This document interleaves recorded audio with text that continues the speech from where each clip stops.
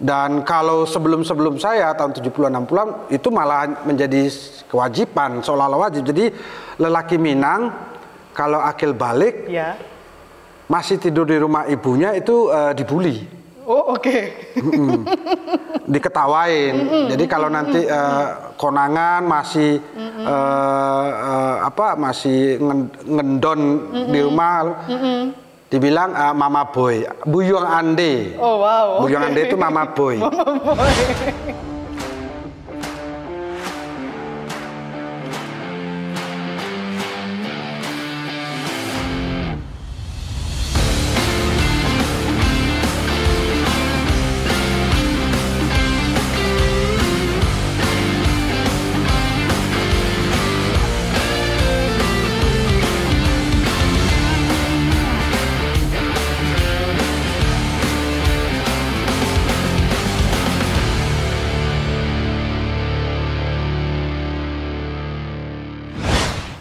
Sahabat Bentara, kita ketemu lagi dalam program podcast Bentara Budaya. Ini adalah momen yang istimewa karena kita bertamu ke salah satu katakanlah ruang kesenian yang diinisiasi oleh salah seorang seniman moncer yang ada di Jogja. Bentara Budaya saat ini ada di Sarang 1. Sarang 1 ya, betul ya? Iya, Sarang Blok 1. Sarang Blok 1. Saya agak ragu-ragu nyebutnya soalnya ada banyak sarang. Enggak, cuma 2. Cuma 2. Jadi kita ada di Sarang Blok 1 yang mana didirikan dan diinisiasi oleh seniman asal Lintau, Kabupaten Tanah Datar di Sumatera Barat, Uda Zubaldi Alfi. Udah, terima kasih dah. Ini kami boleh datang, terus kami ngobrol-ngobrol sedikit dengan Uda karena ya ini bulan yang penuh berkah. Jadi kami merasa terberkati bisa ketemu sama Uda gitu ya. Iya, bulan puasa hari ke-5. Hari ke-5, betul, hari ke-5. Gimana dah puasa lancar dah? Alhamdulillah lancar ya. Iya. Dan saya akan ngobrol dengan Uda, mungkin nanti kita akan ngobrol lebih luas gitu ya, lebih banyak. Cuma saya penasaran ini kalau bulan puasa ini Uda gimana? Kesibukannya gimana? Ya sebenarnya normal, seperti biasa aja. Cuman memang intensitasnya berkurang. Tapi kalau dalam sehari-harinya ya, karena aku kan kerjanya malam, melukis itu malam kebanyakan itu, jadi nggak ada masalah karena siang memang banyak tidur, waktu normal pun ya. Memang kebanyakan seniman itu ya, orang itu yang nokturnal. Yang belum bisa dirubah secara, mau merubahnya memang agak susah. Jadi kebiasaan tidur malam, kerja malam itu walaupun sekarang sudah secara umur, hal itu sebenarnya kata orang tidak baik ya, tapi memang untuk sedikit menggesernya itu memang masih susah. Iya. Jadi kebiasaan tidur larut sampai dini hari itu masih. Jadi akhirnya puasa malah itu malah kesempatan, karena akhirnya kan ya udah setelah kerja sahur, habis subuhan ya udah tidur. Nanti paling ya agak siangan bangun baru aktivitas ringan lagi. Tapi kalau misalnya puasa itu udah ada memori nggak ada? Saya nggak tahu. Kadang-kadang kan orang punya kenangan puasa pertama, atau kenangan-kenangan yang saya nggak tahu relevan diceritakan saat di kampung atau apa gitu. Oh iya, ya kalau dihitung misalnya sekarang saya sudah memasuki usia 52 tahun itu. 73 ya lahirnya? Iya 73. Setiap bulan puasa itu selalu terbayang itu adalah saat-saat puasa ketika kanak-kanak gitu. Iya. Pasti itu kan tidak akan bisa hilang karena memori-memori itu pasti akan muncul setiap Ramadan. Jadi bagaimana keriuhan buka puasa, sahur itu. Kalau dulu itu saya dibangunkan, sekarang saya membangunkan. Kalau dulu kecil-kecil itu orang tua yang menggugah atau membangunkan kita. Sekarang gantian saya membangunkan anak-anak gitu.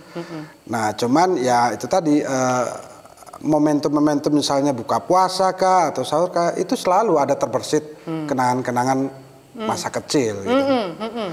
Memang kalau sekarang sih situasinya berbeda karena satu tempat juga berbeda. Kalau dulu zaman-zaman kecil di Sumatera itu kan, terus ya tahun-tahun 80-an situasi kondisi itu juga suasananya ya sangat berbeda. Terus di Jawa, sekarang di Jawa ya banyak perbedaan. Cuman ya secara kenikmatannya kadang-kadang kan gini, apa ya, untuk menyemangati, karena saya bukan orang yang kalau dibilang religius amat itu ya. Tapi keluarga mengajarkan untuk. Oh ya, maksud saya begini, bagaimana meresapi dan menikmati suasana puasa itu. Makanya ketika dewasa itu untuk menyemangati atau untuk menambah anunya, yaitu tadi melemparkan kenangan ke masa kecil. Bagaimana saat masa kecil itu melakukan ibadah puasa itu nikmat itu. Ada yang ditunggu, ada yang keletihan itu terbayar gitu. Nah itu biar saya meresapi puasa itu selalu membayangkan seperti itu. Tapi masa kecilnya Uda itu dulu ya keluarga membentuk pribadi Uda sebagai seorang yang taat, kurang lebih begitu ya? Ya, orang tua saya termasuk orang yang konservatif. Jadi terutama ibu, karena ibu saya memang secara agama, lingkungannya, didikannya bukan orang santri, tapi kalau di Minang itu kan boleh dibilang agama itu udah menjadi kehidupan sehari-hari. Jadi apa ya, ibarat ikan dalam air itu agama itu udah jadi airnya di sana. Jadi kita hidup di sana. Secara kultural homogen, secara agama juga homogen. Jadi memang udah menyatu. Jadi buat orang Minang itu sudah seperti absolut itu loh. Gitu. Jadi sampai di Minang sendiri kan, kalau kamu tidak Islam, kamu tanda kutip itu keluar dari Minang gitu. Jadi orang Minang diidentikan dengan Islam. Gitu. Adat dan agama. Ya, adat besandi syarat besandi kitabullah. Jadi hampir sama dengan kayak di Madura gitu. Gitu. Jadi di Minang bisa dikatakan 99,99%. Ya ada 1-2 itu ada. Cuman menariknya gini, di Minang itu kan juga orangnya kan egaliter gitu. Kalau lalu ada pilihan yang berbeda pun ya nggak masalah sebenarnya. Kan kita juga tahu ada beberapa kasus kayak misalnya adiknya Agus Salim, adiknya Buya Hamka itu berbeda. Ya nggak masalah. Ya sebenarnya nggak ada masalah sih. Memang sempat jadi ramai, jadi apa, tapi ya toh akhirnya tetap dianu juga. Ya, gitu. Terbuka itu. Tapi saya nggak tahu, saya punya teman yang dulu menceritakan masa kecilnya sebagai bocah kanak-kanak gitu ya. Itu dunianya tuh di surau. Oh ya. Udah ngalami nggak itu? Saya mengalami karena kebetulan saya gini, saya di Minang itu bukan juga di kota, saya itu di desa, di pelosok malah. Jadi waktu saya menghabiskan masa kanak-kanak SD sampai SMP itu, saya tinggal di Lintau. Itu sebuah daerah. Kalau dalam kultur Minang, apalagi dalam adat dan agama, itu daerah yang cukup dikenal karena salah satu kalau mungkin pernah membaca kisah perang Padri itu, nah salah satu panglimanya itu atau harimau yang selapan itu salah satunya itu yang paling sangarnya itu tinggal di Lintau, namanya Tuanku Lintau. Itu tidak jauh dari rumah saya, rumah beliau. Jadi aroma kultural keagamaan religi itu sangat kuat. Tapi dalam kehidupan sehari-hari modernitas itu datang ke Lintau. Saya itu sampai umur 14 lah ya, kelas 2 SMP, itu masih mengalami karena listrik belum masuk. Listrik itu kalau nggak salah itu ya 87-an itulah, tahun-tahun 87 baru masuk. Waduh. Jadi kalau jam maghrib itu mulai jam 6 itu udah mulai persiapan untuk menyalakan lampu Petromax, strongkeng. Ya, strongkeng yang dipompa gitu, itu. Pompa gitu. Nanti setelah salat isya lampu dimatikan, lalu ganti dengan lampu sentir itu. Nah, itu saya mengalami dan itu kampung lalu gelap, gitu. Gitu. Nah, buat kami tahun-tahun 80-an itu anak-anak yang remaja, akil balik, itu ada semacam kebiasaan. Nanti kalau sehabis maghrib setelah apa itu belajar mengaji di surau. Dan nanti tidur di sana. Saya masih sempat mengalami peristiwa seperti itu. Jadi malam-malam nanti ke surau mengaji, lalu nanti setelah itu latihan silat, lalu tidur di surau, nanti subuh balik ke rumah. Gitu. Dan kalau sebelum-sebelum saya tahun 70-an 60-an itu malah menjadi kewajiban, seolah-olah wajib. Jadi lelaki Minang kalau akil balik masih tidur di rumah ibunya itu dibully. Diketawain. Jadi kalau nanti konangan masih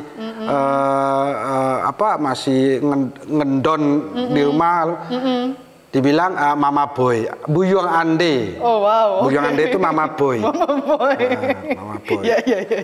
Atau anak BG itu. Anak mama. Anak mama gitu. Nah, itu salah satu itu yang kadang kita kan biar nggak dibilang itu, walaupun sebenarnya juga kalau di zaman saya itu kan sebenarnya udah transisi toh. Jadi sisa-sisa peninggalan lama dan ada namanya kebudayaan baru kan. Kalau udah 80-an itu kan puncak-puncaknya pembangunan itu kan. Jadi listrik masuk, modernitas, ada TV masuk, ya listrik TV itu kan. Nah itu mulai sebenarnya karena ke surau itu dulu kan juga buat hiburan sebenarnya itu loh. Hiburan karena memang kita mau ngapain di rumah itu? Jadi apalagi di pelosok di kampung. Jadi kalau ke surau itu kalau untuk anak yang anak-anak dan pra remaja itu hiburannya di sana. Nanti kalau sudah agak besar menginjak remaja yang mau dewasa itu ada hiburan namanya kelapau. Kelapau itu semacam warung lah di Padang itu dulu. Di sana tempat orang berkumpul. Biasanya habis sholat isya atau apa dan biasa bapak-bapak itu. Nah mereka di sana nanti menghabiskan malamnya dengan main domino, main kartu ceki, sambil nanti bertukar informasi, bertukar cerita. Itu. Nah tapi buat anak-anak jarang sih. Gitu. Tapi udah menghabiskan masa di Minang itu sampai SMP ya? Iya sampai saya lulus SMP dari kelas. Jadi sebenarnya gini, saya lahir di Minang. Tapi waktu bayi itu orang tua kan merantau ke Jawa, tepatnya ke Jawa Barat sih, ke Subang, di daerah dekat Cikampek sana itu. Sampai usia saya itu mau naik kelas 2, jadi kelas 3, naik kelas 3. Orang tua pindah ke semua, kita boyongan lagi balik kampung. Jadi saya meneruskan sekolah ke SD di kampung. Tapi setahun setelah itu ibu dan ayah merantau lagi, pindah ke Solo. Ke Solo. Nah saya dengan kakak, dengan adik itu tinggal di kampung. Karena orang tua mewajibkan saya untuk mengenal kampung dan belajar adat istiadat sebagai orang Minang gitu kan. Jadi waktu tahun 86 saya lulus SD, saya mau menyusul ibu ke Solo, dilarang. Jadi belum boleh. Pokoknya harus di kampung dulu untuk belajar ngaji, belajar sebagai orang Minang gitu, sampai akhirnya SMP. Nah SMP pun itu waktu saya lulus, ibu juga masih tidak membolehkan. Karena menurut Ibu belum cukup. Jadi mending tetap setelah SMA mau kuliah aja ke ini. Iya. Tapi saya sendiri kan gini, saya mulai nggak betah. Iya. Karena saya sudah setiap liburan kan ke Jawa gitu kan. Jadi saya membayangkan, nih saya ngapain di sini. Iya, Sementara orang tua saya di sana. Iya, gitu. iya. Lalu saya cari akal itu bagaimana caranya saya bisa keluar dari tempat ini. Dan karena saya waktu itu kan merasa pembangunan itu kan lamban sekali. Kampung saya itu kan benar-benar kampung yang tertinggal. Saya itu dari kampung saya tinggal mau ke istilah pusat desa itu kira-kira nanti 2 atau 2 kiloan lah dari tempat saya tinggal itu. Karena kami itu istilah tinggalnya di Dangau. Dangau itu adalah pinggiran hutan itu. Nah, mau agak ke tengah saja, itu nanti orang-orang di sana selalu mengolok-olok kami sebagai anak Dangau itu loh, anak desa itu. Ya ampun. Padahal sama-sama satu desa, cuman karena memang jarak di sana kan jauh-jauh itu. Nah, saya merasa ini kalau di sini saya nggak berkembang nih, ngelihat teman-teman saya, apalagi zaman-zaman tahun segitu itu teman-teman yang agak lebih ke pelosok lagi, mereka lulus SMP aja udah menikah. Jadi buat laki-laki di sana itu ada sebuah desa itu namanya. Mereka sudah bisa manjat pohon kelapa, manjat pohon pete, itu berarti sudah mampu untuk mencari uang, lalu bisa untuk menikah. Jadi ada beberapa teman saya lulus SMP itu menikah itu. Nah saya karena memang kebetulan pernah di Jawa dan bolak-balik liburan ke Jawa, jadi akhirnya nggak betah juga dan saya pengen melanjutkan sekolah, maunya di Jawa. Akhirnya saya cari-cari akal gimana ya mau sekolah di sini. Nah kebetulan saya tuh seneng gambar dari kecil. Dari kecil banyak menghabiskan buku-buku tulis saya itu bukan dengan mencatat pelajaran tapi menggambar. Nah, kebetulan juga ada teman ayah itu dia ternyata dulu pernah tinggal di Jogja. Dan kuliah di ASRI. Jadi saya baru tahu itu kan, jadi gini, kebetulan. Nah ini banyak kebetulannya nih. Anaknya beliau itu satu SMP dengan saya. Nah ada salah satu anak beliau, kakaknya teman saya itu. Kalau teman saya itu dia bisa menggambar tapi tidak secanggih kakaknya. Kakaknya itu jago banget. Nah jago sekali. Jadi karena memang orang tuanya juga ini, jadi saya sering main ke sana. Lalu akhirnya tanya-tanya sama namanya Pak Sofyan gitu. Terus dia cerita bagaimana dia dulu kuliah di Jogja ini. Terus dari dialah saya tahu informasi ada sekolah seni. Dan ternyata anaknya yang kakaknya teman saya itu sekolah di SMSR. SMSR Padang gitu kan. Waduh. Padang, jadi ada SMS. Terus SMSR itu di mana aja? Ternyata dia juga tahu. Oh di Jogja juga ada katanya. Kesempatan ini. Nah betul. Jadi yang paling bagus itu malah di Jogja karena Jogja itu pusat ini. Akhirnya saya punya ide. Oh yaudah. Terus saya bilang sama orang tua, saya mau sekolahnya sekolah menggambar. Nah itu adanya di Jogja. Dan itu alasan saya berangkat ke ini. Jadi ada alasan yang kuat untuk tidak melanjutkan di kampung. Gitu. Ya orang tua akhirnya ya udah terserah kalau mau itu. Karena orang tua juga nggak tahu itu SMS itu apa, karena kami nggak punya istilahnya background seni rupa. Pokoknya anak mau sekolah ya sudah gitu. Nah itu akhirnya saya mendaftar di SMSR Jogja tahun 89. Tahun 89. Gitu. Kemudian meninggalkan Minang. Itu sampai cukup lama ya. Cukup lama. Saya pulang kampung kembali itu setelah 7 tahun. Jadi semester 6. Semester 6, jadi di SMSR itu kan waktu itu masih 4 tahun. Jadi tahun 93 saya lulus, lalu melanjutkan ke ISI.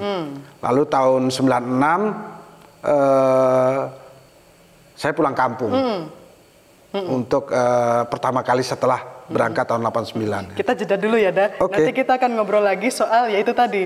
Boleh minum dulu? Siap. Santai aja. Nanti kita akan tanya soal bagaimana proses kesenimanannya udah, apakah ada ciri keminangan di situ, pengaruh masa kecil, tapi pada segmen kedua dalam podcast Bentara Budaya bersama Jumadi Abdul. Siap, ya. bagaimana ya kalau misal sebagai seniman Minang, ciri khas Minang itu apa? Ya. Lalu saya bikin rumah bagonjong kah? Atau anak daro kah yang bertanduk? Atau gambar gunung? Enggak. Oke. Karena saya belajar awalnya tuh di Jogja. Nah di Jogja, saya sudah melihat dari mulai awal masuk ke Jogja, ragam. Jangan lupa like, komen, share, dan subscribe channel Bersara Budaya, serta nyalakan lonceng